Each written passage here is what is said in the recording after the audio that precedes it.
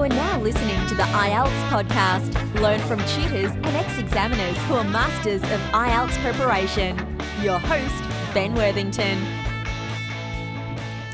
Expanding your answers in the IELTS speaking. Hello there, my name is Ben Worthington, and in this tutorial, I'm quite excited because we're going to go through 5 ways on how to expand your answers.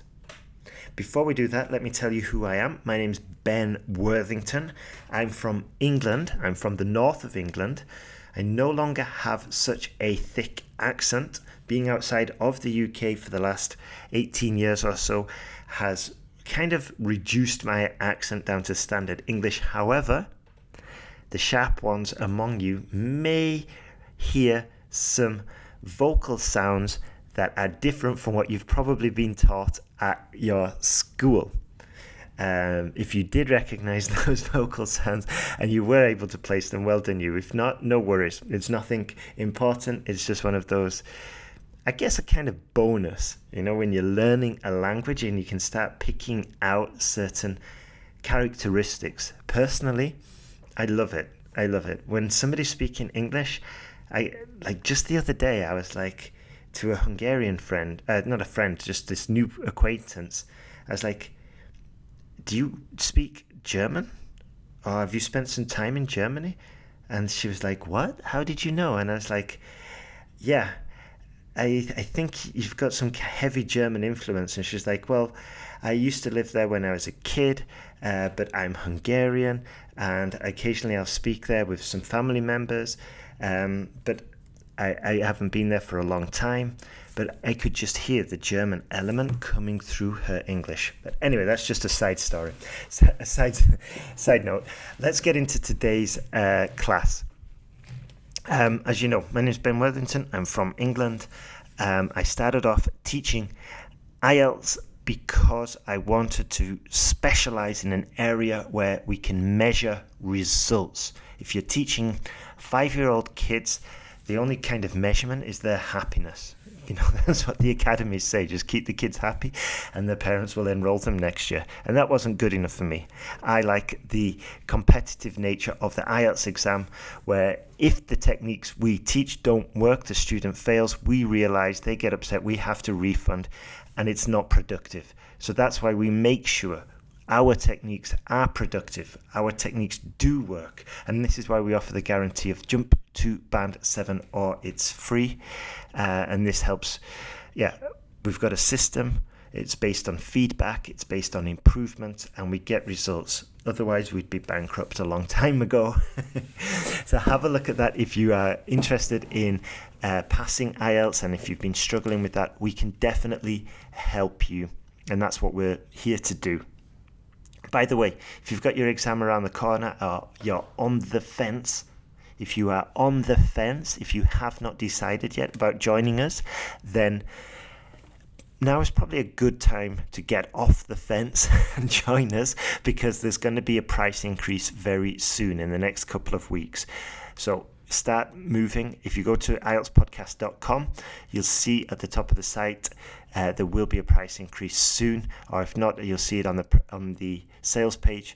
So have a look at that. We would love you to join us. If you're still a little bit undecided, then you can sign up to our newsletter, and on the newsletter you'll get a special offer for some essay correction package, a single essay correction, just to see if we are a good fit, if we like working with you, and if you like working with us.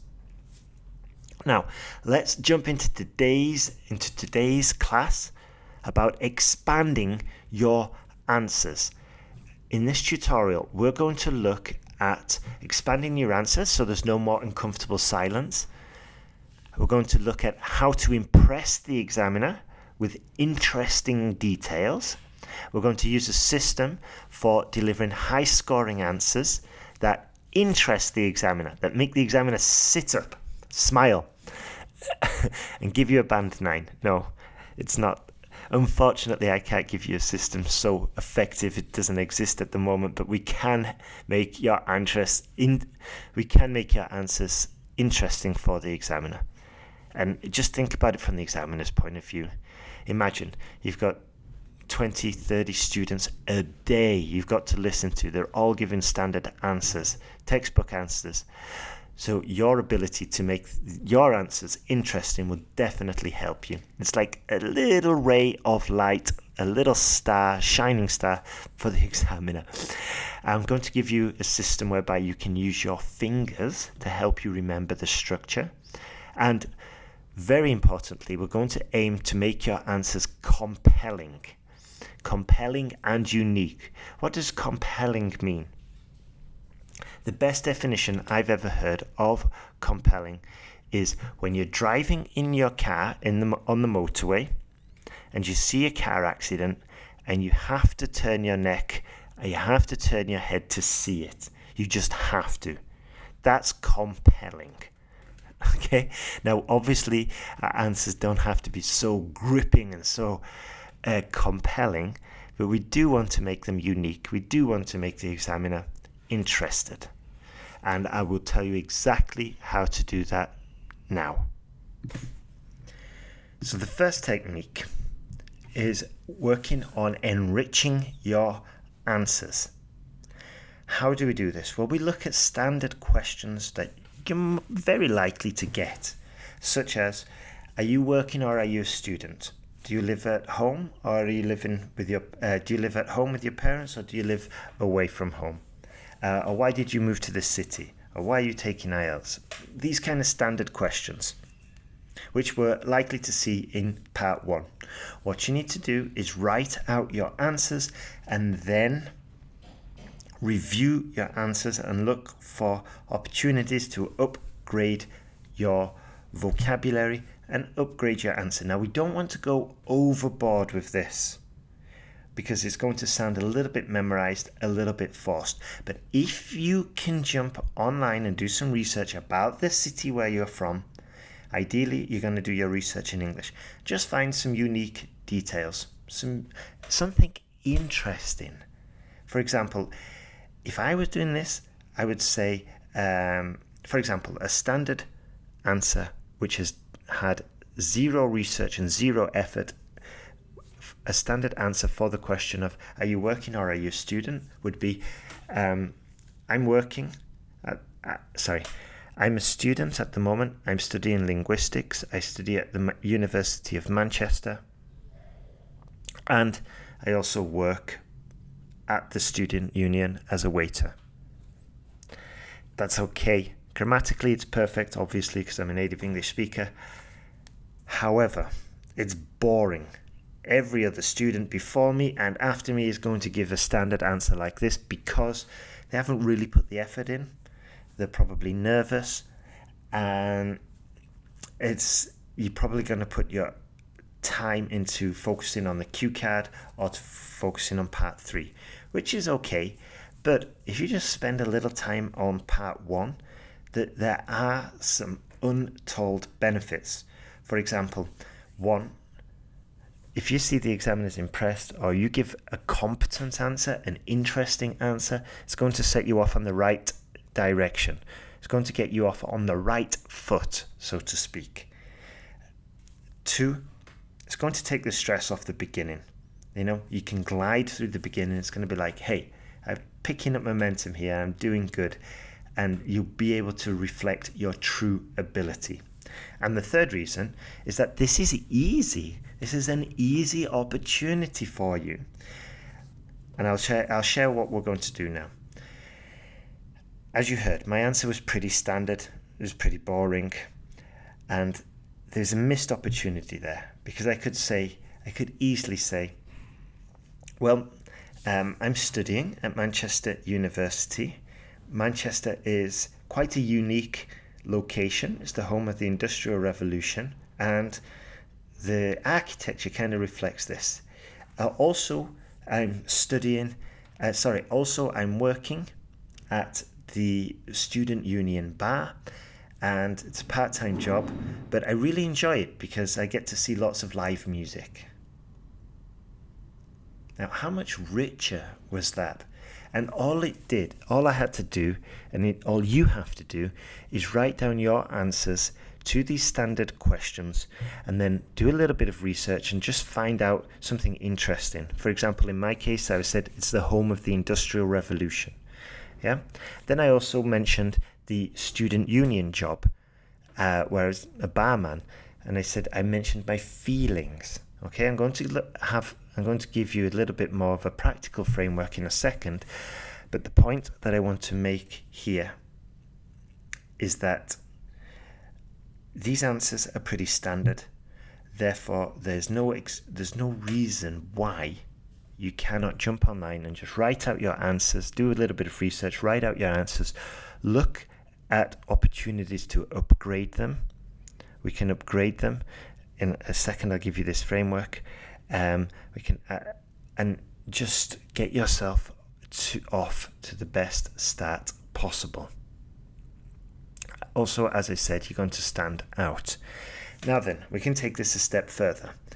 If you get a question about your family, for example, we take it again. We just give the examiner, we're doing the work so the examiner doesn't have to. And it's almost like we're controlling the conversation and taking it where we want to, so the examiner doesn't really have to. For example, are you working, do you live alone or do you live at home? Actually, I live with my family. I've lived there with my family since coming back from university. My elder brother is still in the flat. He came back from Australia a few years ago. He's a marine biologist. And also, my sister just moved out last week, actually. And she is also a biologist, but more on the plant side, more on plants and nature side. So yes, I am living with my family, and I think it's quite unique. It's quite beneficial for both of us. For example, I get to keep my parents company, and my mum loves cooking for me. You see how much richer that was? And this way, because I put in a little bit of research about how to answer these questions, I can give them rich vocabulary. I can tell them exactly the job that my brother does. I can tell them exactly the job that the job that my sister does. And just because I wrote it down, I put in some thought before the exam, and I went and found the blanks in my vocabulary, and I filled them with the appropriate vocabulary. I filled them with the appropriate terms. I also could improve my answers by saying elder brother, which is slightly more sophisticated than saying older brother, especially if you're getting into the habit of talking about the elderly rather than the old people. It's just a little bit more polite.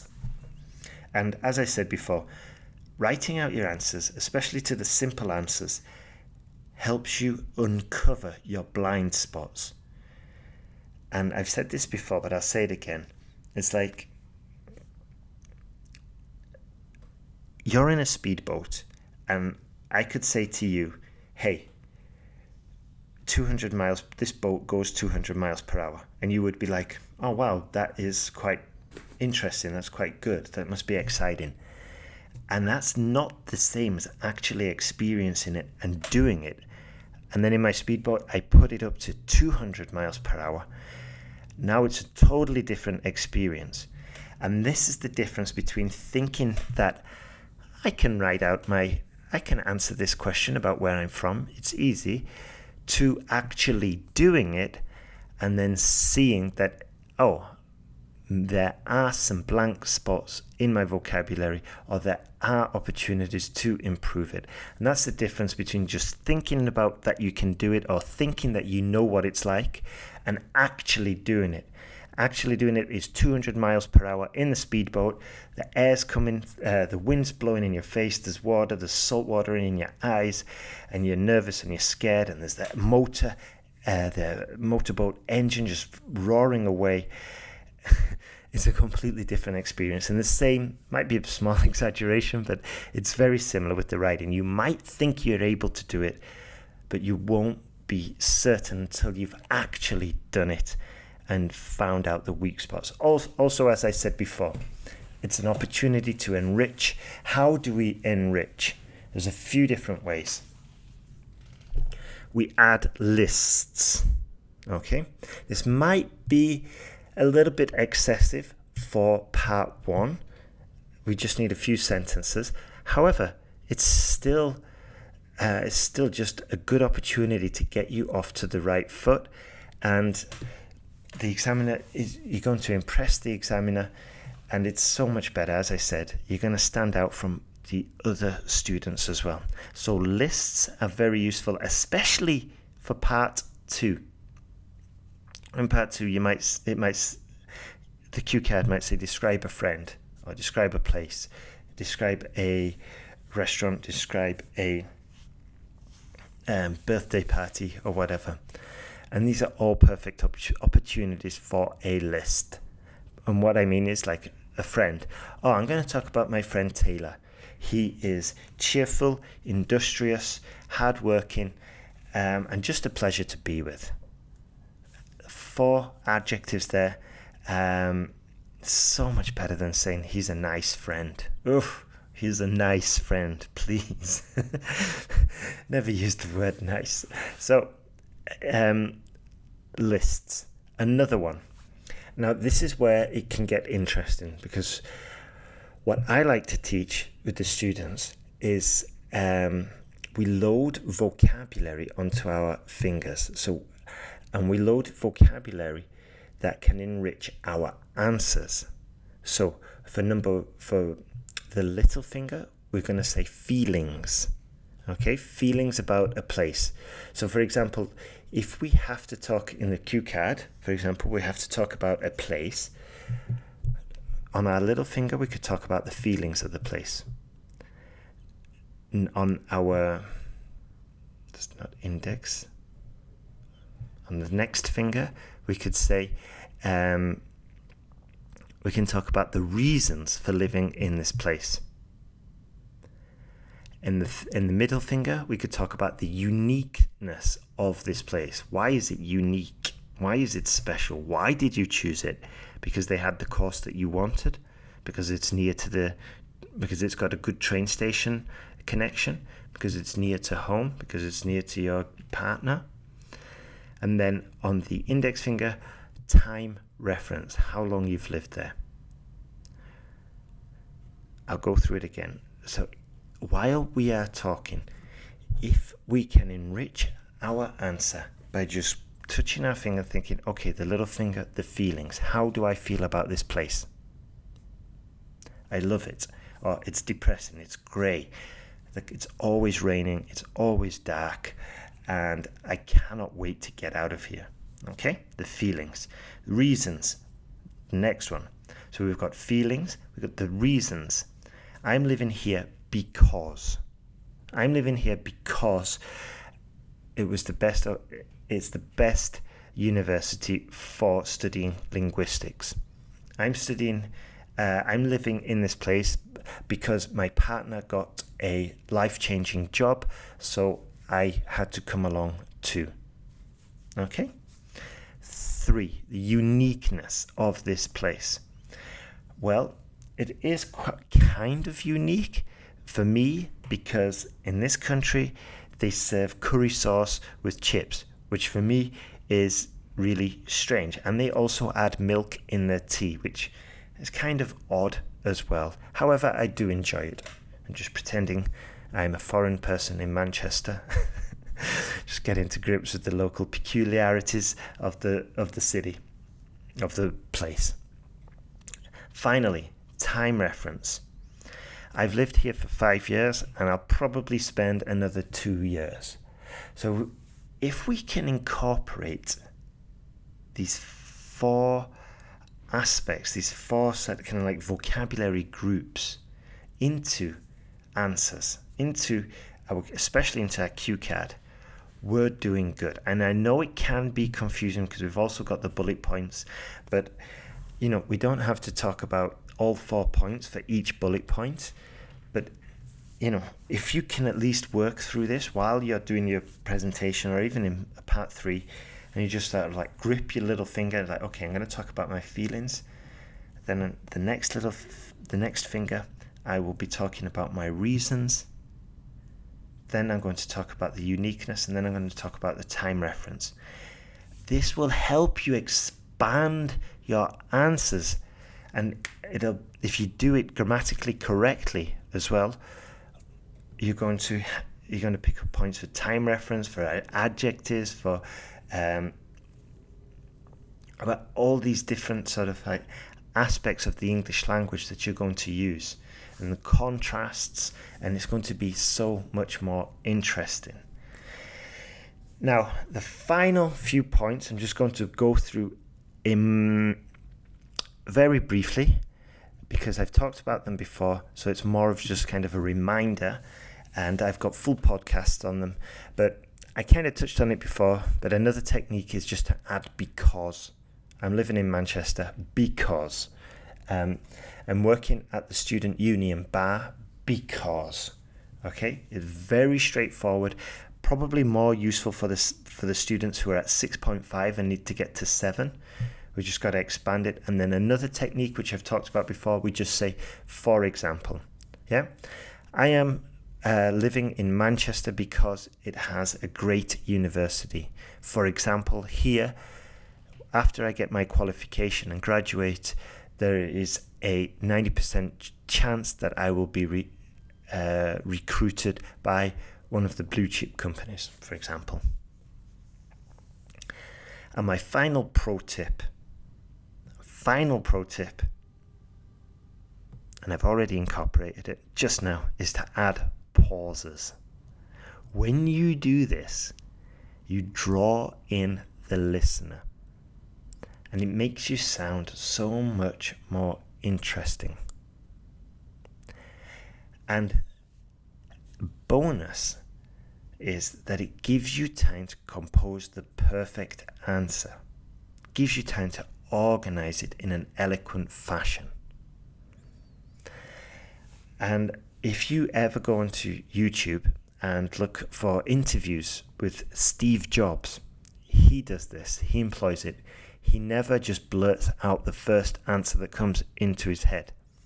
He pauses, he composes, and then he produces. And it makes him sound so much more eloquent, makes him sound so much more sophisticated, and it just draws you in.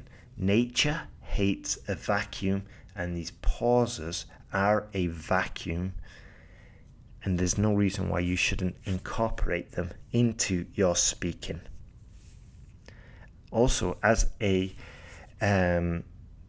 foreign language speaker, it sounds so much better than the and ers and ums and as, or you know, when you stretch the word while you're finding. Just pause, slow down.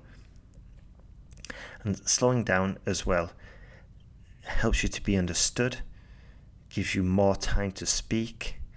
And again, it's one of those things that you say, okay, I've got to slow down in the exam, I'll do it. But you're not going to actually be able to do it unless you've done it a few times before while you're practicing. So we're at the end of the tutorial now. I've just got 2 things more to mention. Actually, I'll do 3 more things to mention. 1, I'll give you a summary of this class, and then I'll mention the other 2 things. So we've talked about expanding our answers. How do we expand our answers? Well, we jump onto Wikipedia, we jump online, and we look for unique aspects. Then we talked about lists of adjectives, or lists of locations, or lists of whatever, an easy grammatically grammatically easy component to bring into your exam. Just list a list of adjective, places, sports, whatever. Gives you more to talk about, expanding your answer. And then we've got that framework which you can use for all your answers. Your little finger, your feelings. The next finger, the reasons.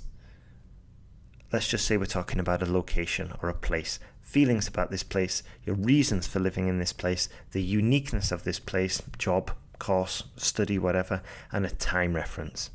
Feelings, reasons, uniqueness, time reference. then expanding with because and developing the answer. And then the final tip was to slow down and add pauses so you have time to compose the perfect answer. Now we have finished. Let me just mention 2 more things. Number 1, we are looking for business partners. Okay, so send us an email. Send an email to Ben@IELTSPodcast. Partners as in international study agents, firms, companies, affiliates maybe to sell the course, licensing. Let's have a chat, especially if you're in China. I would be more than open for a conversation. I know we're getting a ton of listeners in China at the moment. Also, even if you have no business with China, that's fine. Get in contact. Just send me an email, Ben@IELTSPodcast, and in the subject line, just put possible partnerships or put partnerships, and we can easily distinguish it from the other emails. Second thing, there's a price increase around the corner, so get in contact. Sign up to the newsletter, and you can get that special offer for your essay correction, and you'll also get the newsletter with lots of powerful, practical, valuable advice for passing the exam. And if you've got your exam coming up soon and you need to pass, absolutely need to pass, then have a look at the Jump to Band 7 or its free course. And we've also had students who are at Band 7 and need to get to Band 9. They've taken the course and had success as well. So it should be Jump to Band 7, 8 or 9. Or it's free, but it doesn't have the same ring to it. And I know that most of you want to get to Band 7, and we can help you do it. So thank you very much for listening. Have a great day. Keep on moving forward. You will get there in the end. And all the best.